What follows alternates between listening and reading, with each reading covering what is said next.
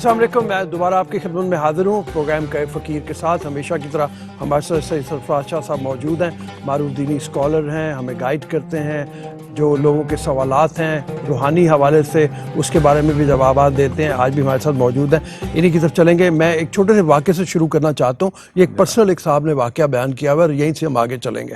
وہ یہ کہتے ہیں کہ میں دنیاوی لغزشوں میں لگا ہوا ہوں، مجھ سے بہت سی غلطیاں ہو جاتی ہیں، میری دوستیاں بھی ہیں لڑکیوں سے بھی لڑکوں سے بھی، لیکن ہوتا یہ ہے کہ روز خواب میں مجھے رسول اکرم صلی اللہ علیہ وسلم نظر آتے ہیں اور وہ مجھے کہتے ہیں کہ یہ تم کیا کر رہے ہو، اور جب میں دیکھتا ہوں میں اپنے اندر تبدیلی نہیں لا سکتا تو میرے اندر خودکشی کی خواہش پیدا ہوتی ہے اور میں بار بار اپنے آپ کو مارنے کی کوشش کرتا ہوں۔ مجھے گائیڈ فرمائیے کہ میں کیا کروں۔ یہ بڑا جینون سا سوال ہے اور میرے خیال میں بہت ہی خوفناک بھی ایک لحاظ سے کہ ایک صاحب کو اللہ تعالیٰ اتنی گائیڈنس دے رہے ہیں اور پھر ان کے اندر ایک تضاد پیدا ہوا ہے۔ اس کا حل بڑا آسان ہے، جتنا معاملہ سیریس ہے اتنا ہی آسان حل ہے۔ اگر یہ صاحب ایک ذرا سی زحمت یہ کر سکیں کہ بے شک 24 گھنٹے میں سے 1 گھنٹہ کسی اپنے پسند کے نیک آدمی کی محفل میں جا کے بیٹھنا شروع کر دیں، ان کی صحبت میں بیٹھنا شروع کر دیں، تو یہ دیکھیں گے کہ چند دن میں ہی ان کے اندر ایک بڑی تبدیلی آئے گی اور یہ رفتہ رفتہ باتیں جو انہیں اپنی خود پسند نہیں ہے یا وہ مشاغل جو انہیں خود پسند نہیں ہے ان کو ایک ایک کر کے چھوڑتے چلے جائیں گے۔ یہ بڑا اہم ہوتا ہے۔ 2 چیزیں راؤ صاحب بڑی اہم ہے انسانی زندگی میں۔ ایک تو یہ جو ان صاحب نے اپنا مسئلہ بیان کیا، ہر انسان کی خواہش ہوتی ہے کہ میں وہ مشاغل جو زیادہ پسندیدہ نہیں ہے معاشرے میں بھی اور رب کے یہاں بھی، ان کو میں ترک کر دوں۔ ترک نہیں ہو پاتے کہ میری جو صحبت ہے وہ ایسے لوگوں کے ساتھ ہوتی ہے، ان کے درمیان بیٹھتا ہوں جہاں وہ مشاغل بڑے پسندیدہ ہیں یا دل پسند ہیں، تو میں چھوڑنے کے باوجود کی خواہش کے باوجود میں چھوڑنا چاہتا ہوں، چھوڑ نہیں پاتا۔ آسان حل ہے، ضرور بیٹھیے ان لوگوں میں، لیکن 1 گھنٹہ نکال لیجیے اپنا، اور وہ لوگ جو نیک لوگ ہیں ان کی صحبت اختیار کر لیں، تو آپ دیکھیں گے حیران کن طریقے پر انسان ٹھیک ہو گیا۔ ٹھیک ہے۔ ایک اور چیز ہے معاشرے میں ہمارے، جو آپ کو اکثر بیشتر لوگ ملتے ہوں گے شکایت کرتا ہے، وہ یہ ہے کہ ڈپریشن ہے مجھے۔ یہ ایک ایسی شکایت ہے جو آپ کو اکثریت میں ملے گی۔ لوگ آپ سے ملیں گے جو سب بڑا سخت ڈپریشن ہے۔ اس ڈپریشن کا جو سب سے بڑا دشمن ہے وہ ہے انسان کی زندگی میں کوئی ایک ہابی، صحت مند ہابی آپ ایڈاپٹ کر لیجئے۔ اس سے بھی بڑھ کر کوئی ایک گیم کھیلنا شروع کر دیں، ہارس رائڈنگ یا پھر گولف۔ یہ 2 وہ چیزیں ہیں جو ڈپریشن کی دشمن ہے۔ ہوتا یہ ہے کہ 1 گھنٹہ آپ اگر ہارس رائڈنگ کر رہے ہیں دن میں، تو وہ 1 گھنٹہ آپ چاہیں یا نہ چاہیں دنیا میں آپ کے لیے صرف آپ اور آپ کا گھوڑا ہوتا ہے، اور آپ ذہنی طور پر اس سے کمیونیکیٹ کر رہے ہوتے ہیں، دنیا سے کٹے ہوئے ہیں۔ تو وہ 1 گھنٹہ جو آپ نے اپنے گھوڑے کے ساتھ گزارا ہے، رائڈنگ کر رہے ہیں، وہ آپ کو ذہنی طور پر صحت مند رکھتا ہے، ڈپریشن قریب نہیں آتا۔ And same goes for golf. Golf میں گولف کے ایک اور بھی فائدہ ہے ڈپریشن کے ساتھ ساتھ، کانسنٹریشن بڑھتی ہے، کانسنٹریشن آف مائنڈ وہ بہت بڑھ جاتی ہے کہ آپ پوری طرح کانسنٹریٹ کیے ہوئے ہوتے ہیں بال پر، اور اس ہول میں جس ہول میں بال کو آپ ڈرائیو کرنا چاہتے ہیں دنیا سے کٹ گئے. ایک سینس آف اچیومنٹ آتی ہے جب آپ گیم ختم کرتے ہیں، تو آپ دیکھیں گے کہ ڈپریشن ختم ہو گیا. تو آپ نے ایک سوال پوچھا تو مجھے ایک دم خیال آیا کہ شاید اگلا سوال آپ کا یہی ہوگا ڈپریشن سے متعلق، جی تو میں ابھی عرض کر دیتا ہوں. جی تو یہ گیم جو اڈاپٹ کرتے ہیں آپ کو، یہ ایک اختیار کر لیجئے، ڈپریشن ختم ہو جائے گا زندگی سے. کوئی ہابی کر لیجئے، اس کے اپنے دن بھر کے شیڈول کو اس طرح سے آرگنائز کریں کہ اس میں اپنی ہابی کے لیے 1 گھنٹہ نکال دیں، مسئلہ حل ہو جائے گا. ایک اور چیز جو ہمیں ذہنی طور پہ صحت مند رکھ سکتی ہے، وہ رفتہ رفتہ ہمارے اندر سے ختم ہو گئی، وہ ہے ریڈنگ ہیبٹ. جی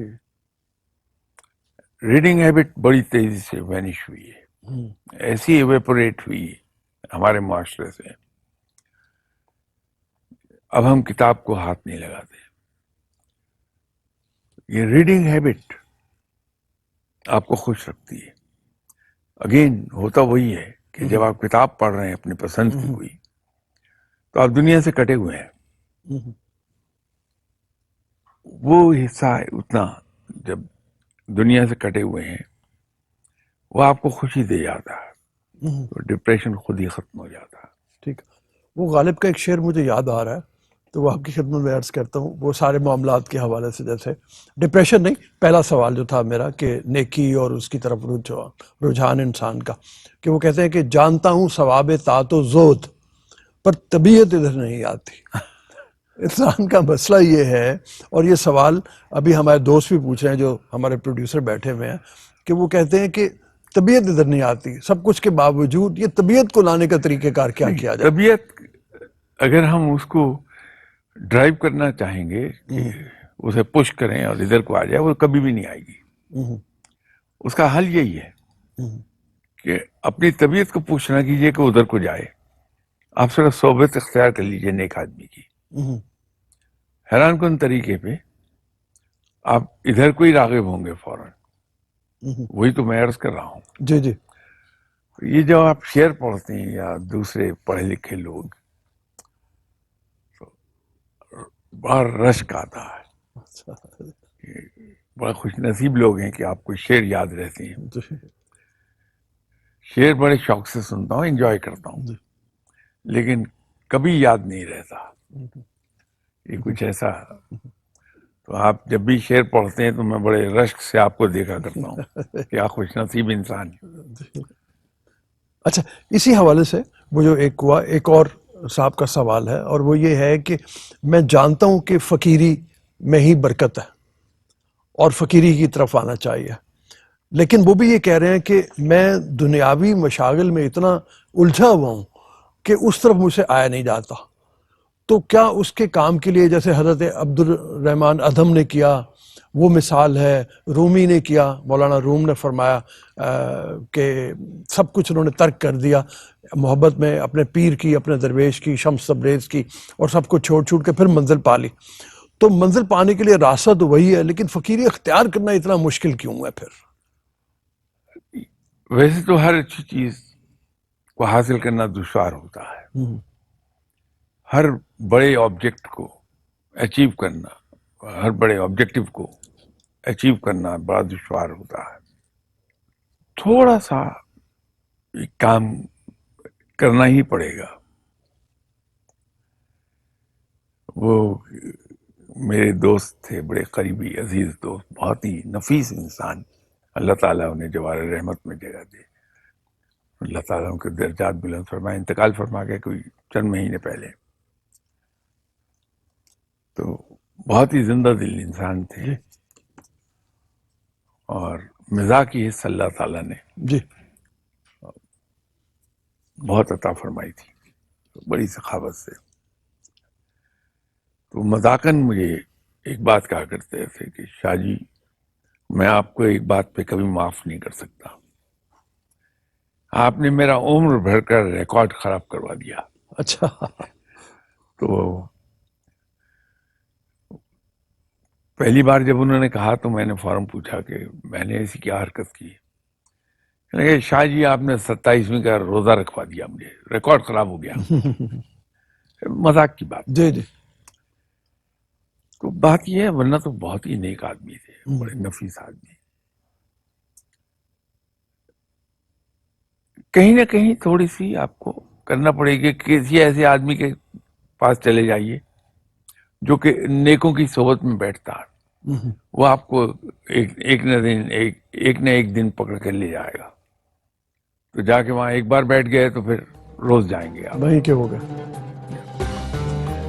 تو وہ 1 گھنٹہ جو گزارا ہے آپ نے، وہ آپ کی زندگی پر پوری طرح اثر انداز ہو جائے گا اور آپ کی ڈگر بدل جائے گی. میں لوگوں کے سوال چونکہ آئے ہوئے تو وہ آپ کی جی گوش گزار کروں جناب. کہ اسلام کے جو اصول ہیں ان پر عمل کرنا ہی کیا فقیری نہیں ہے، یا اس سے آگے بھی کچھ کرنے کی ضرورت ہے؟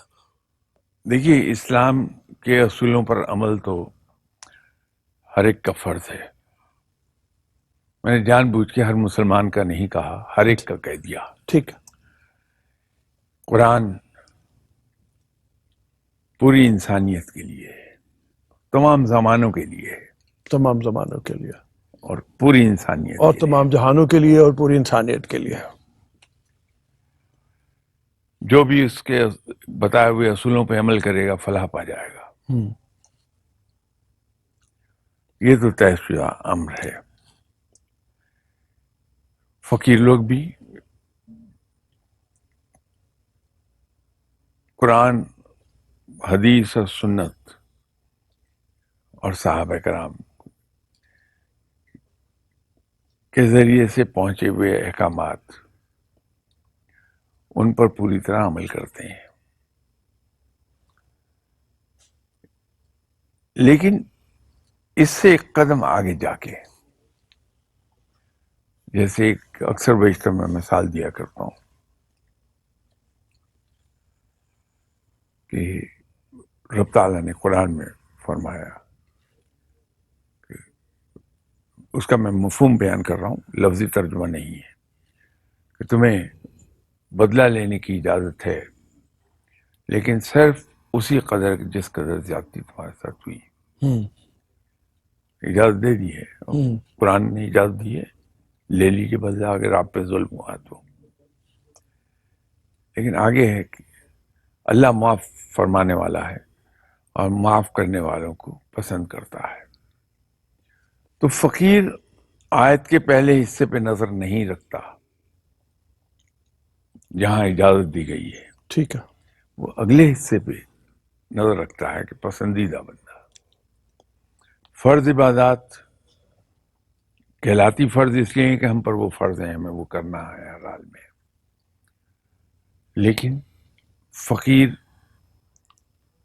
اس سے ذرا زیادہ آگے جاتا ہے کہ جو رات کا جو حصہ اس کے آرام کا ہے اس میں سے بھی کچھ وقت وہ عبادات کو دے دیتا ہے. ٹھیک ہے.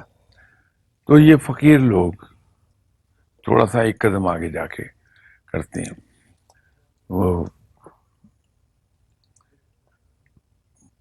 مجھے ذاتی طور پہ ایک خاص انداز کی قرأت بہت پسند ہے قرآن پاک کی. ٹھیک ہے. تو قرآن ہر مسلمان پڑھتا ہے. تو ایک بار میں ٹیلی ویژن پر وہ ایک صاحب کو قرأت کرتے ہوئے سن رہا تھا. اس کا قرأت کرنے کے بعد انہوں نے ترجمہ بھی بتایا اس کا. ہزارہ مرتبہ وہ آیات پڑھی ہوں گی، لیکن اس دن پتہ نہیں کیا ہوا کہ وہ بڑی ایک دم سے دماغ میں گھنٹی اس نے بجا دی. اور وہ یہ تھی کہ وہ لوگ جو خود ضرورت مند ہونے کے باوجود اپنا کھانا دوسروں کو کھلا دیتے ہیں، ان کے لیے اللہ کے یہاں بڑا اجر ہے، اور اللہ انہیں جنت میں ایسا حوض عطا فرمائے گا کہ جب انہیں پیاس لگے گی تو انہیں چل کر حوض پر نہیں جانا پڑے گا، بلکہ حوض چل کر ان کی پیاس بجھانے آئے گا۔ ٹھیک اب یہ فقیر ان چیزوں پہ نظر رکھتا ہے،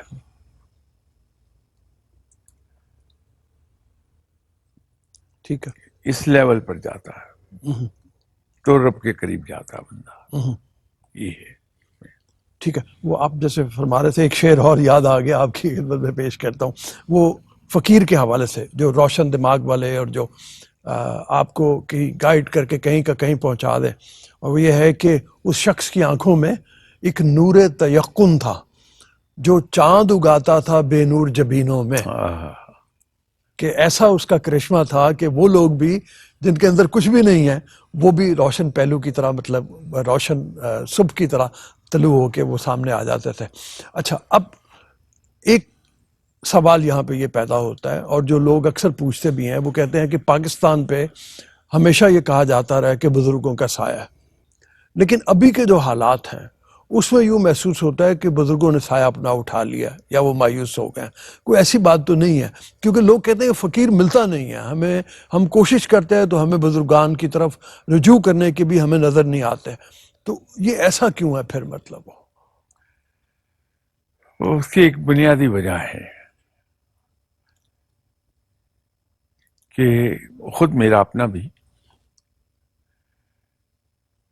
فقیروں کے بارے میں ہمارے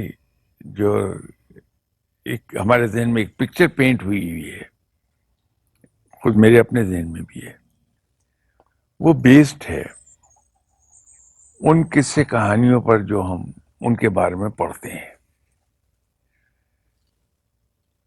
اور بدقسمتی سے وہ قصے کہانیاں صرف کشف و کرامات تک ہی موجود ہیں۔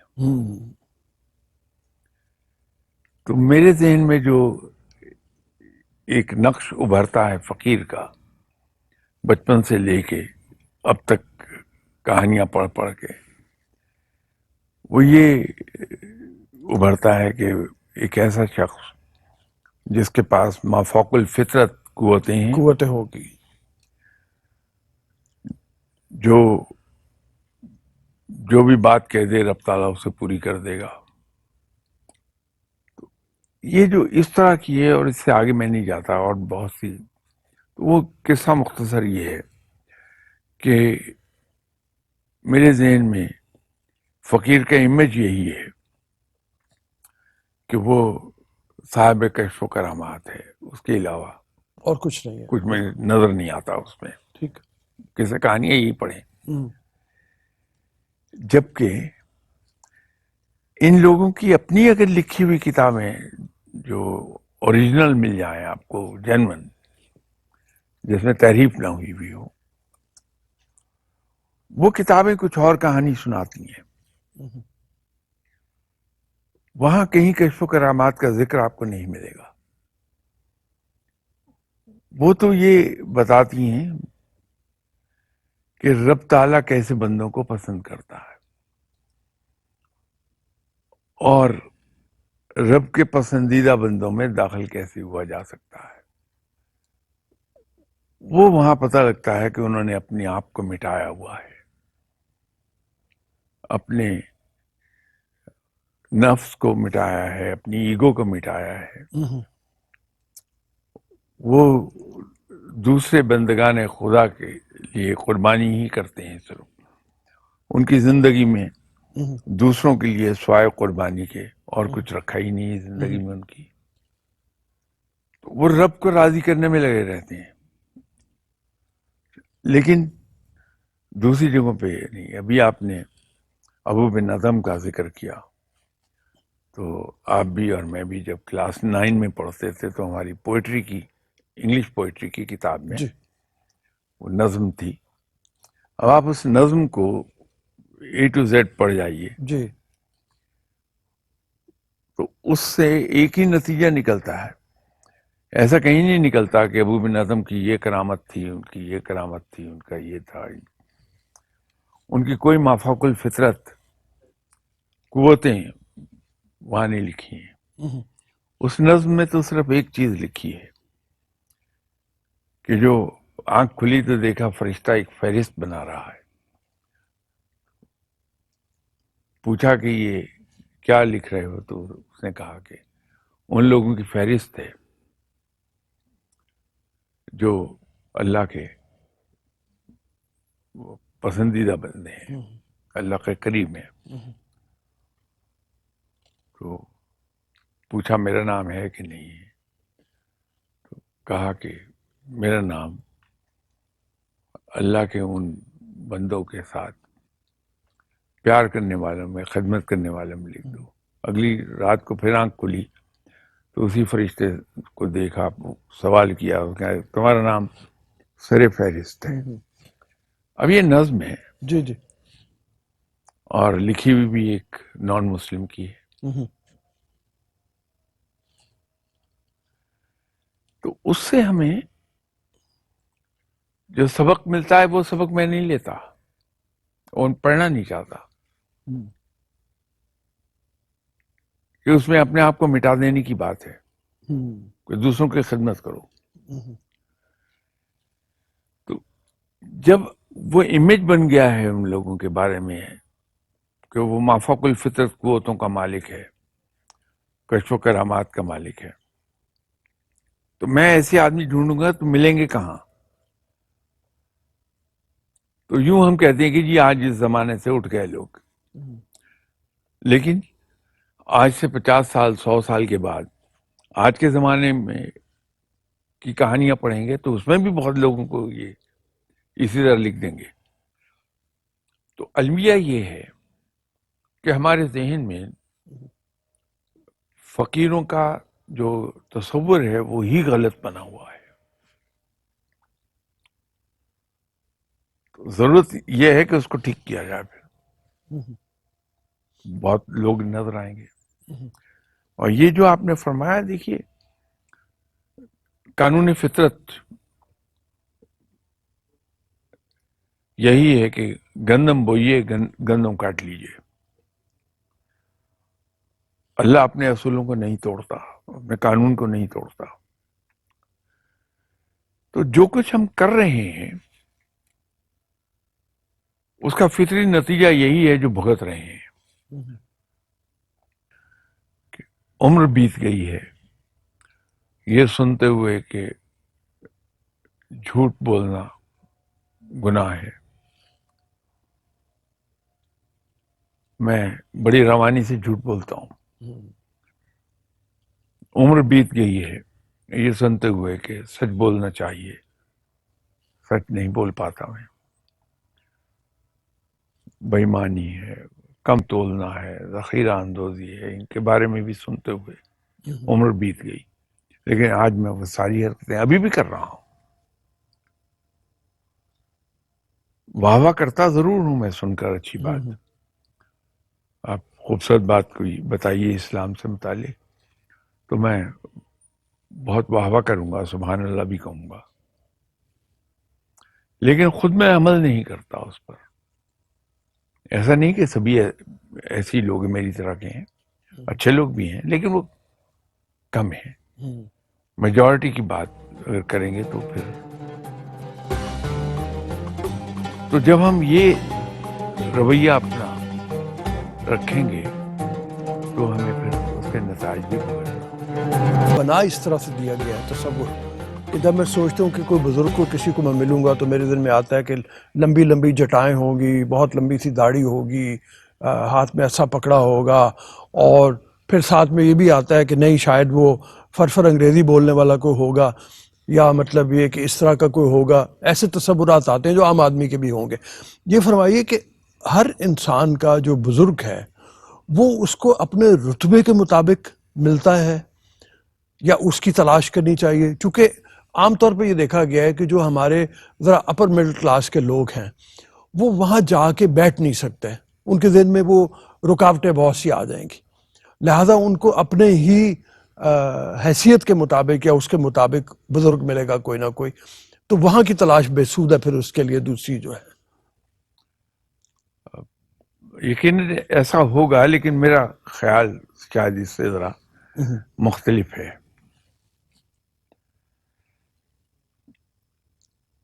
رب کا بھی یہی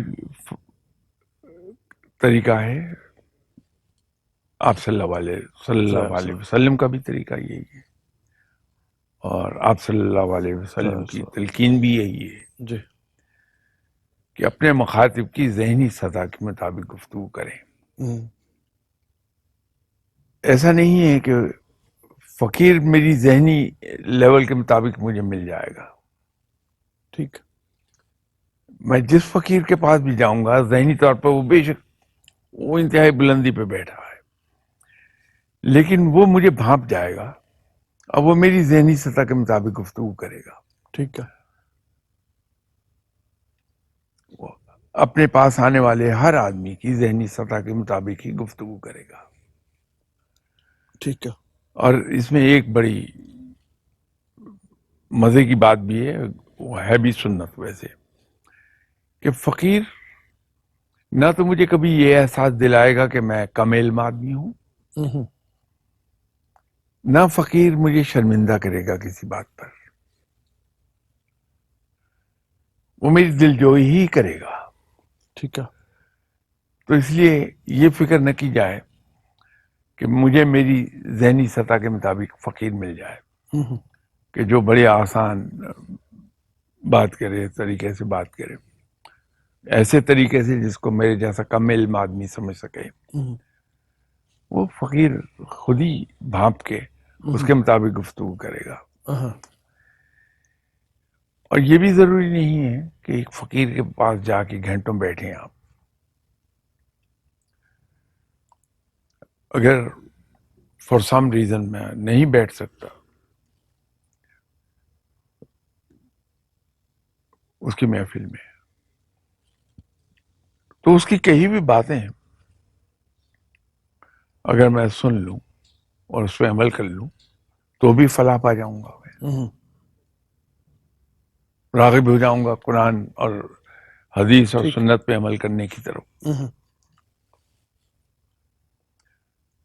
تو یہ فرمائیے کہ ایک جو تلاش کرنے والا ہے اس کے لیے حب محبت کس حد تک جو ہے وہ ہو تو وہ کوئی مقام پہ ایسے پہنچے گا جب اس کا رشتہ ڈیولپ ہو جائے گا. یہ سوال میرے ایسے ذہن میں آیا ہے کہ حضرت امیر خسرو کا مجھے حضرت نظام الدین اولیاء کے حوالے سے ایک واقعہ یاد آتا ہے کہ حضرت نظام الدین اولیاء کی خدمت میں ایک صاحب حاضر ہوئے اور کافی عرصہ رہے. وہ انہوں نے ان سے جاتے ہوئے اجازت مانگی اور کہا کہ میں جانا چاہتا ہوں. تو حضرت نظام الدین اولیاء نے دیکھا، ان کے بارے میں مشہور روایت ہے کہ وہ ایک کنویں میں لوگ آتے تھے اور سونا چاندی سب زیورات پھینک دیتے تھے اور شام تک وہ فارغ ہو جاتے تھے سب بانٹ بونٹ کے. تو ان کے پاس سوائے لکڑی کی کھڑاؤں کے اور کچھ بھی نہیں تھا. لکڑی کا جوتا جس کو کھڑاؤں بولتے ہیں، وہ انہوں نے اس کو دے دیا. وہ اس نے سوچا کہ یہ پتہ نہیں مجھے انہوں نے کیا دے دیا. وہ لے کے چلا. ایک سرائے میں جب اس کا قیام ہوا، اتفاق سے حضرت نظام الدین اولیاء کے مرید امیر خسرو بھی اسی سرائے میں قیام پذیر تھے اور وہ تجارت سے واپس آئے تھے بہت مال و دولت لے کے. ان کو ایک خوشبو سی آئی اور انہوں نے کمرے کے باہر دیکھا کہ وہ کھڑاؤں پڑی ہوئی ہیں. انہوں نے ان صاحب سے پوچھا کہ یہ کھڑاؤں تمہارے پاس کہاں سے آئے؟ انہوں نے کہا میں گیا تھا حضرت نظام الدین اولیاء کی، انہوں نے مجھے یہ کھڑاؤں دے دی اور کہا یہ تم لے جاؤ.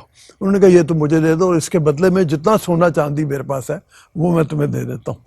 وہ انہوں نے ان کو دیا. یہ کھڑاؤں لے کے ان کی خدمت میں حاضر ہو گئے اور ان کو پیش کیا اور کہتے ہیں حضرت نظام الدین اولیاء نے کہا کہ بہت سستا سودا تم نے کیا.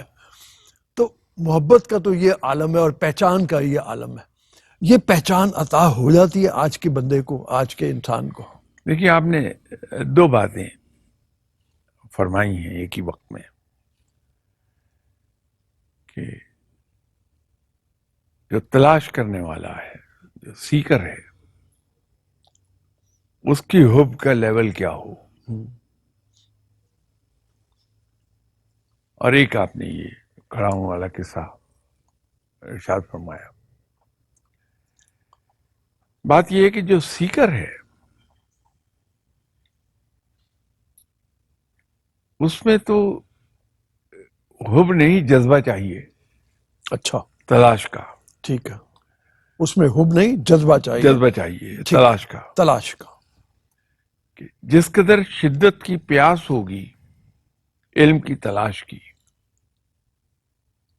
وہ اتنی ہی ایفرٹ کرے گا. ٹھیک ہے. اور جب وہ کسی ایسے آدمی تک جا پہنچے جو آپ نے حضرت امیر خسرو رحمۃ اللہ علیہ صاحب کا ذکر کیا, تو پھر وہاں